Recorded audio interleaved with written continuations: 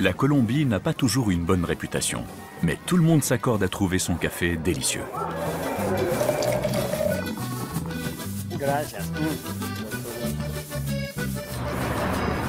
Pour des millions de Colombiens, de la capitale Bogota aux zones rurales d'Eje Cafetero, le café, c'est un mode de vie.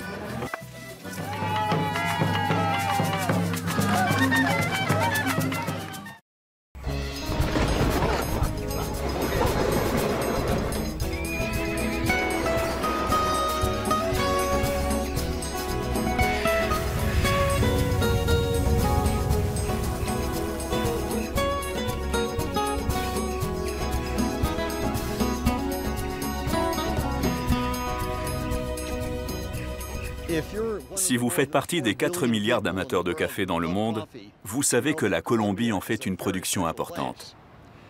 Pour aller dans la région où il est cultivé, il faut d'abord faire escale à Bogota, la capitale, qui compte 7 millions d'habitants. Je suis avec mon ami Bill Beasley, spécialiste de l'histoire colombienne.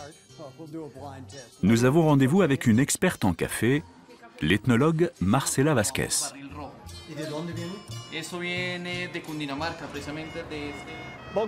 Bogota est une capitale belle et fière, bâtie sur le modèle des villes espagnoles comme Madrid.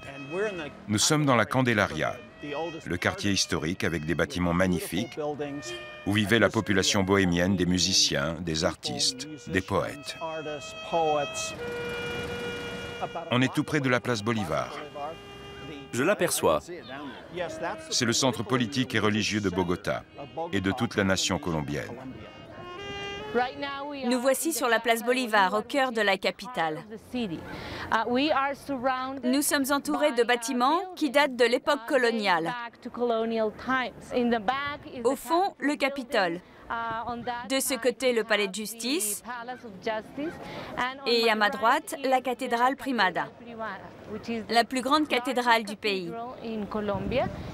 Elle a été commencée en 1807 et il a fallu près de 20 ans pour l'achever. C'est sur ce site que la première messe a été célébrée à Bogota en 1538. Bogota est un exemple intéressant de renouveau urbain. On la surnomme l'Athènes sud-américaine en raison de la profusion de musées, de bibliothèques et d'universités. Elle a aussi été désignée ville de la musique par l'UNESCO en 2012. Les Colombiens sont fiers de leurs musiciens en tout genre, classiques et variétés. Shakira et Juanes sont deux des artistes les plus populaires dans le monde entier. Pas seulement dans les pays hispanophones. C'est vrai, il y a une fanfare qui arrive.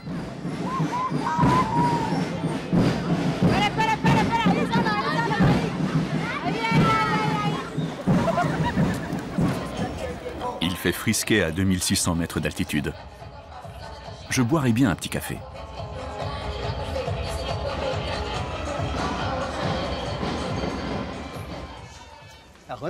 Je dois dire que l'odeur du café est magique. Les cafés colombiens sont réputés pour être très forts. Mais ce sont aussi des cafés doux et pleins d'arômes. Et ici, le café colombien typique est réputé dans le monde entier pour sa douceur, pour ses notes aussi complexes que celles qu'on trouve dans le chocolat et la panela. Au café colombien. Le meilleur du monde. Merci Léo. Je vous en prie. Les grands pontes de l'industrie du café en Colombie ont eu l'idée de génie de créer ce label. Le logo Juan Valdez, c'est l'image typique de la culture paisa, représentée par ces pionniers qui, au XIXe siècle, sont allés s'installer dans le centre-ouest du pays et ont planté du café. Leurs affaires ont bien marché. Et au final, ils ont créé une culture, une cuisine, un café, une musique et un symbole pour tous les Colombiens. Les Paisas sont un peuple du nord-ouest du pays. Leur région vallonnée entre montagnes et collines, à l'ouest de Bogota, est un haut lieu du café. On se dirige vers le Quindío, la région phare du café. Je n'ai pas vu un seul caféier en ville. Mais il y en a des millions dans la campagne. On va en savoir plus sur le café.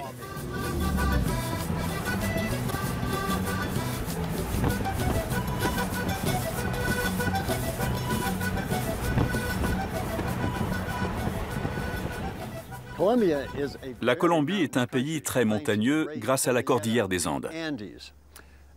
Cette chaîne de montagnes a fait à la fois le bonheur et le malheur du pays. Des séismes et des éruptions volcaniques ont causé des milliers de morts. Mais cela a donné un sol volcanique. Et pour une région de production caféière, c'est une source de joie.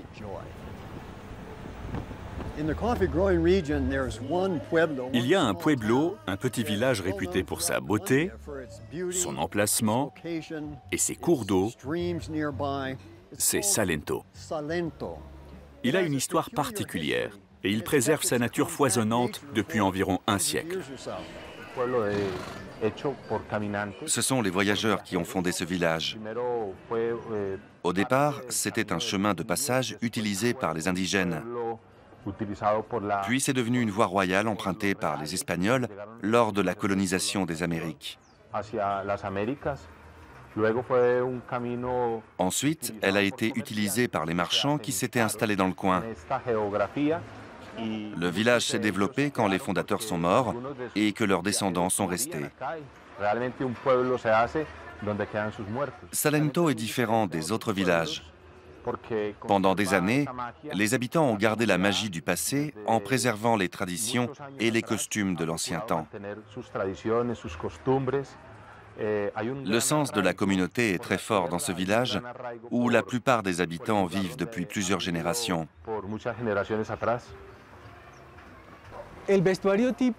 La tenue traditionnelle a disparu avec la vie moderne. Mais jusqu'à il y a encore 20 ans, on voyait encore des arrieros, des montagnards, avec leur poncho à rayures et une besace en cuir, dans le plus pur style paisa.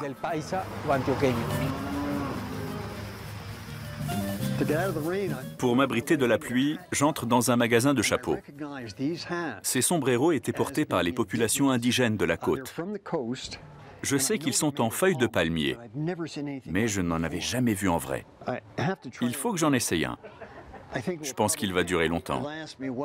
Il est tissé et cousu à la main. Dans un climat humide, c'est idéal. Vous suivez la ligne et vous le pliez. Ce chapeau vient d'une région appelée Tuchin, sur la côte. Sur le Pacifique, Ça s'appelle un vueltiao. On l'enroule et ça tient dans la poche. alors si je suis sur mon cheval ou sur mon burro et que le soleil tape, je peux le mettre facilement.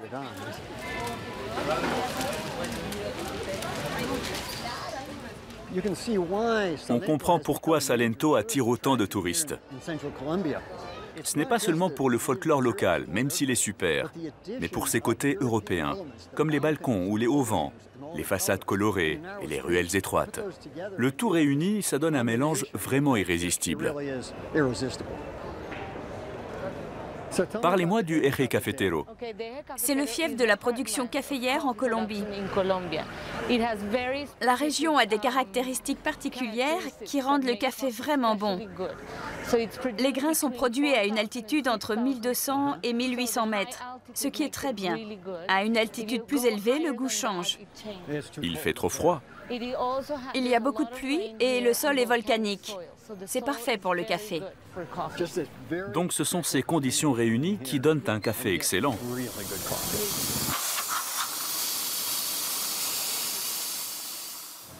Regardez cette machine. On dirait une bombe, un attirail de savant fou. Elle a quel âge? Elle date de 1905. C'est une machine à expresso? C'est une vraie machine italienne. J'ai l'impression d'être sur le Giro d'Italia. On peut en faire. Vous savez vous en servir? Oui. Je recule un peu. Là, on peut servir et ça donne un très bon café. Vous faites la vaisselle comme ça? Oui. C'est un expresso? Je rajoute un peu d'eau et c'est prêt. Et ça, c'est quoi? De la vapeur. Et voilà. Délicieux. Il est aussi Plus fort. plus concentré. Il est très bon, ce café. Il est très bon, ce café. Oui.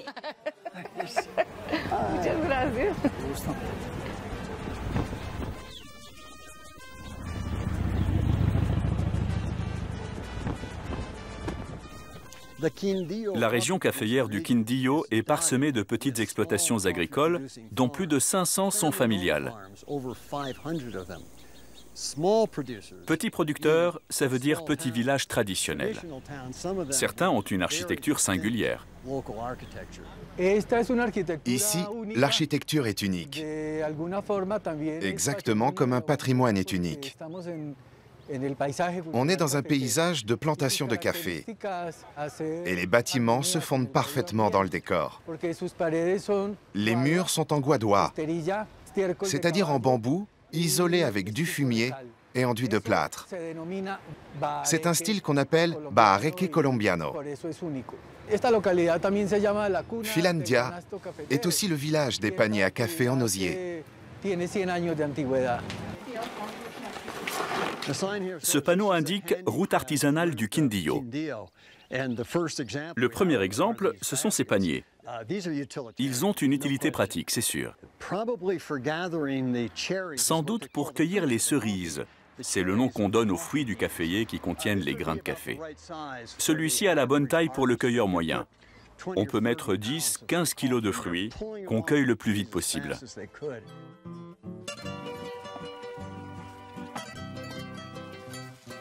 Les cueilleurs de café semblent avoir renoncé à ces paniers d'un autre âge. Maintenant, tout le monde utilise des seaux en plastique. En Colombie, les plantations de café font environ 4 hectares en moyenne. Mais elles peuvent aussi, comme celle-ci, aller jusqu'à 40 hectares. Donc il y a une grande différence. Celle-ci est énorme. Mais la région est une mosaïque de fermes. Chacune a sa personnalité et sans doute sa propre variété de café par la spécificité de la topographie et les légères variations de précipitations, d'ensoleillement ou de nature du sol. Elles sont toutes différentes. On est dans la plantation Vereda Potosí. On cultive 7 variétés de café, dont la variété Colombie, la meilleure, et la Caturra. Les acheteurs japonais ne veulent que de la Caturra. D'autres ne veulent que de la Colombie. Ce sont 2 qualités très différentes, mais aucune n'est meilleure que l'autre. Chacun ses goûts. Ces plants ont 1 an et ils donnent déjà des fruits. Ces arbustes ont 2 ans et ils sont chargés de cerises. Il y en a des milliers et des milliers. Regardez cette future tasse de café. On en sent presque l'arôme. Mes grands-parents étaient cultivateurs de café, mon père aussi. Cette plantation, ce sont mes parents qui me l'ont léguée. Ces dernières années, de plus en plus de femmes ont intégré une association de cultivateurs. On cultive nous-mêmes nos terrains, on maîtrise la totalité de la chaîne. Au début, ce n'était pas facile. On a dû apprendre à gérer chaque étape du processus de production. Savoir à quel moment, à quel endroit et de quelle façon planter, fertiliser, récolter et régénérer les champs.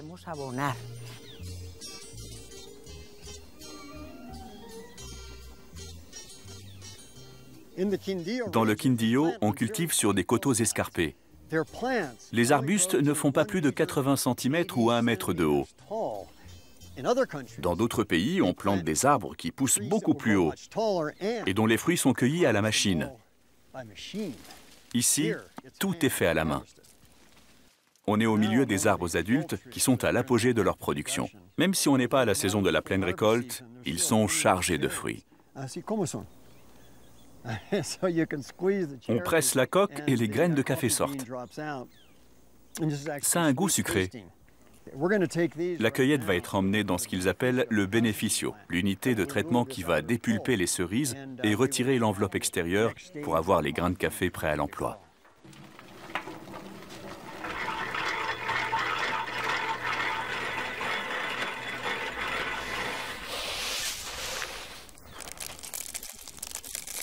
Casi no se siente el sonido. Après le dépulpage, les grains sont ressortis ici. Le seul moyen pour eux de garantir la meilleure saveur possible, c'est de les faire sécher au soleil, d'en prendre une poignée et d'écouter le bruit qu'ils font en retombant. Au son, ils savent s'ils sont prêts pour être transformés en café. C'est une méthode traditionnelle tout à fait artisanale. Elle n'est pas industrialisée.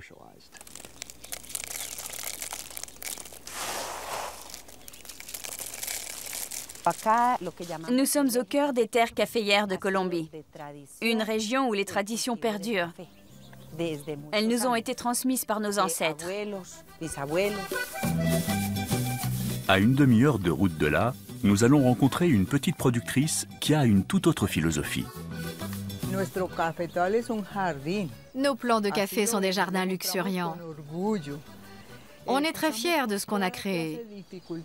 On a eu beaucoup de problèmes de nuisibles, mais on a tenu bon sans jamais avoir recours à une seule goutte de pesticides.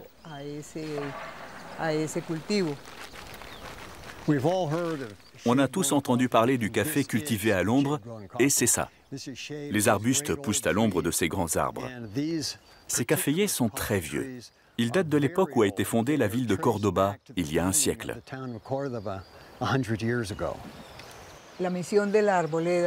Notre exploitation, la Arboleda, aurait pu être n'importe quelle autre plantation de café.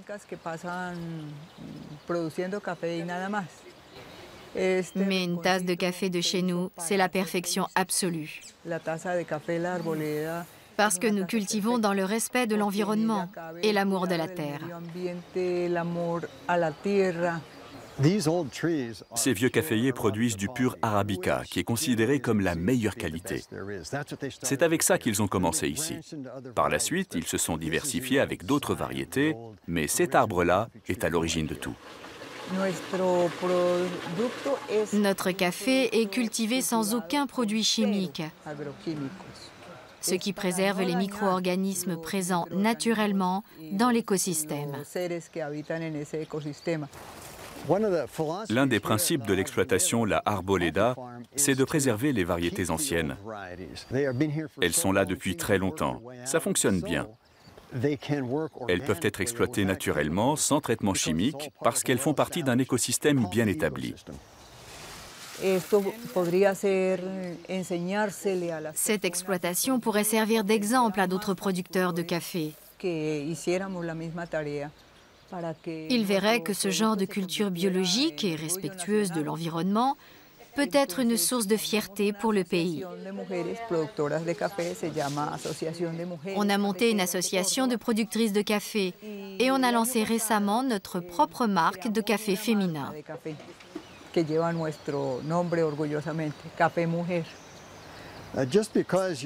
Mais ce n'est pas parce qu'on pratique une agriculture biologique qu'on ne peut pas profiter de la technologie. Grâce à cette bâche en plastique, ils n'ont pas à s'inquiéter de la pluie, tout en profitant quand même de l'ensoleillement. Pendant 10 jours, ils n'ont qu'à remuer ces grains de café et ils sont secs. Il n'y a aucun risque qu'ils se mouillent sous les grosses averses qui frappent souvent la région. C'est une très bonne idée.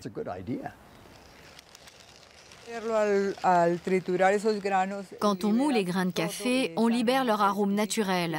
Et on peut alors les passer au percolateur pour obtenir un breuvage délicieux.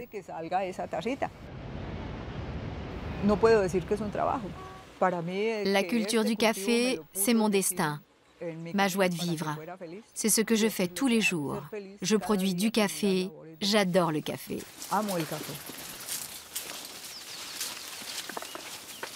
La production de café n'est pas toujours synonyme de dur labeur. Les fiestas sont un élément important de la vie des paisas. Nous sommes au village de Kalarka, pas très loin d'Arménia, en plein cœur de la région du café. Tous les ans, ils organisent une fête avec un défilé qui se clôture par l'élection de la reine du café.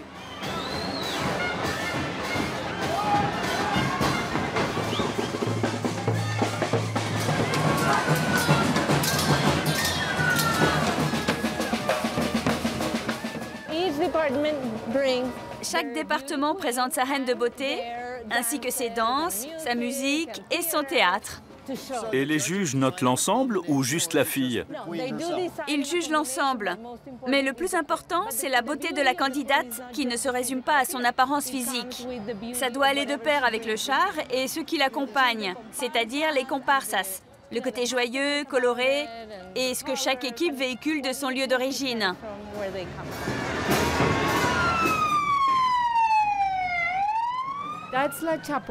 Ça, c'est la chapolera, un type de paysanne colombienne dont le nom vient d'un papillon, le chapora, qui migre vers les plantations de café au moment de la récolte. Ils viennent du pays tout entier pour montrer leur reine et faire du bruit. Je pense qu'il y a un peu de corruption dans l'air. Ils viennent tous ensemble ici. L'enjeu est très prestigieux. Leur candidate doit prouver qu'elle a l'étoffe d'une reine du café.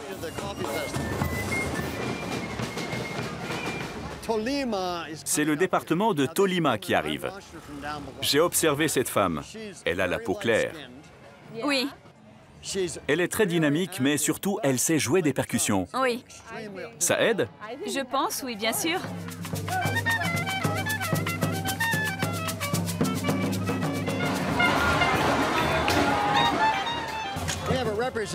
On a une démonstration d'authentique danse folklorique par des gens qui viennent de la campagne.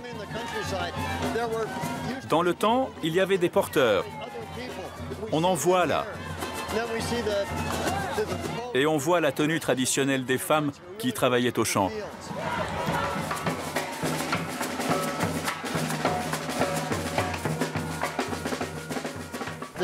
Il faut toujours une excuse pour un défilé, mais celui-ci est un peu différent. Il a un petit côté international alors qu'il célèbre un produit très local. Je crois que tous les pays producteurs de café organisent une fête pour célébrer le produit. C'est super, parce qu'ils parlent du café, mais en même temps, ils rendent hommage aux communautés régionales, à leur folklore et à l'histoire naturelle de chaque village.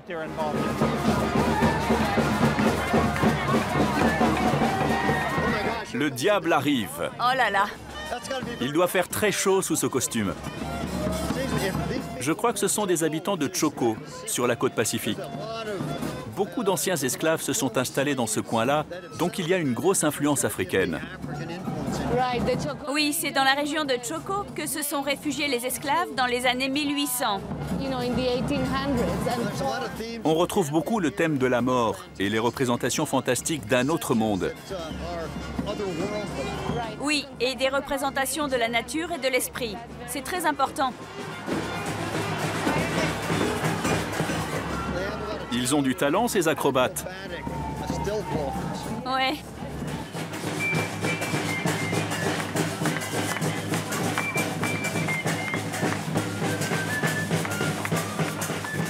On sait qu'on est en Colombie. Ça ne pourrait pas être un autre pays hispanophone. Il y a une euphorie qui n'existe qu'ici.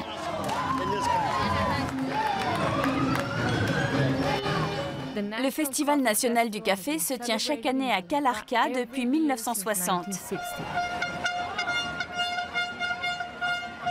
Les chars sur lesquels chaque département défile sont créés spécialement pour l'événement par des artistes locaux.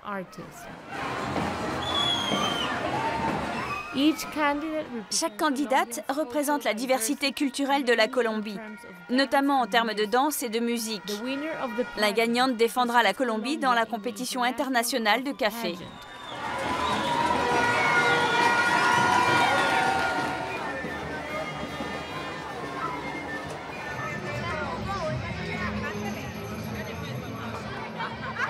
Le café est originaire d'Éthiopie, mais grâce à ses conditions de culture particulières, la Colombie en est devenue l'un des plus célèbres pays exportateurs.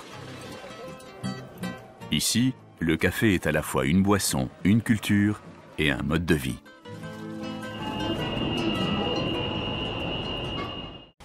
Mon ami Nicolas de la région d'Arménia est ce qu'on pourrait appeler un missionnaire du café. C'est un original. C'est quoi ça? Il a un kit de dégustation de café pour le voyage. Il y en a 500 qui circulent dans le monde entier pour dire aux gens que le café est un délice. Le kit contient tout ce qu'il faut pour déguster un bon café. Un moulin, un percolateur, tout.